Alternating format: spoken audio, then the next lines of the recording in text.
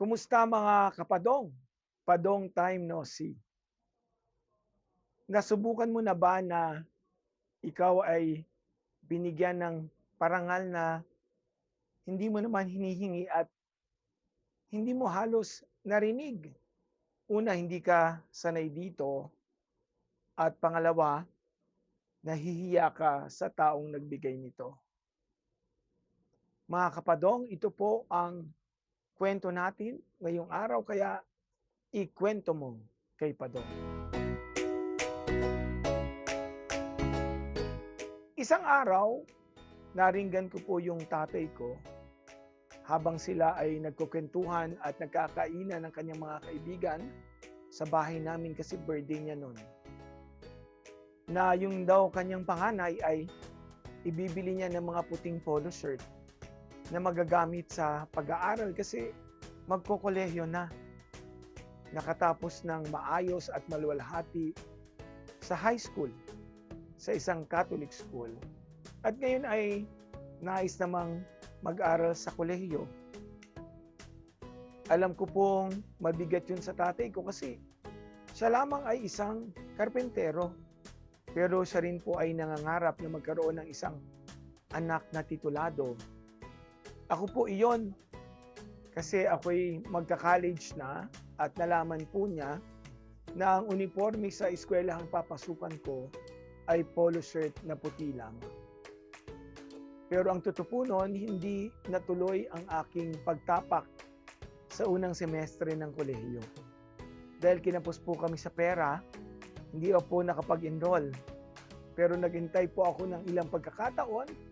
Matapos ang second semester ng taon na yon, ako rin po ay nakapag-aral.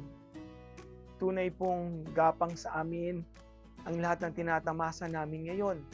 Ako po'y nakatapos ng Mass Communication sa isang kolehiyo sa Maynila. Matapos po noon ay nakapagtrabaho sa telebisyon at nakatulong sa aking mga magulang. Mula po noon ay hindi ko na nakalimutan na minsan ay tinangi talaga ako ng aking tatay hanggang sa aking paglaki, hanggang sa aking pagtanda. Kaya nga po nung nagpaalam ako sa kanila, lalo na sa kanya na ako'y magpapari, iniwan ko nga po yung aking trabaho sa telebisyon ng mahigit 12 taon at pumasok sa seminaryo. Ang tatay ko po ang huling nag-give up sa akin. Ang nanay ko po ay maagang nagsabi na, okay lang ako anak kasi mag-aasawa din naman talaga kayo kagaya ng mga kapatid mo at iiwan kami ng tatay mo. Kaya okay lang sa akin na sige, pumasok ka na sa seminaryo. Pero ang tatay ko po hanggang sa huli, ang biro pa niya sa akin, paano na lang anak, sino magtutuloy ng apelido natin? Sabi ko sa kanya, marami ka namang pamangkin na pare-pareho tayo ng apelido, sila na lang. Hayaan mo na lang na sa Diyos ako. At pagdating sa seminaryo, ang laki-laking lalaki ng tatay ko. Pero nung oras na para magpaalam, umakyat sa entablado, siya'y napaiyak.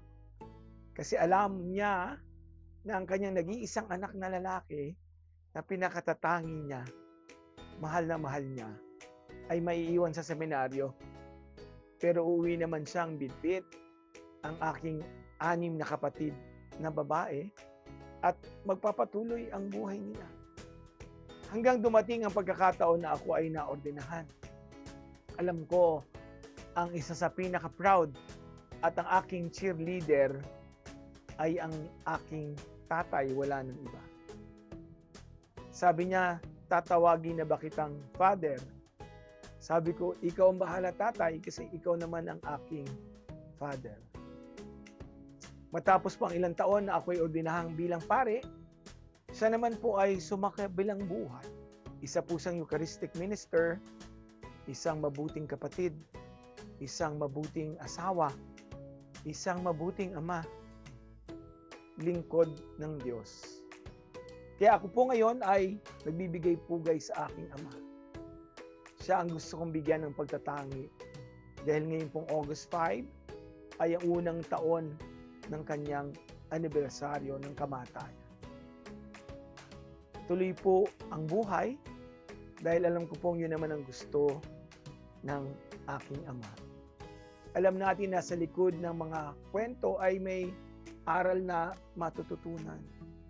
Bawat kwento po ay may lugar dito. O kaya, ikwento mo kay Padong.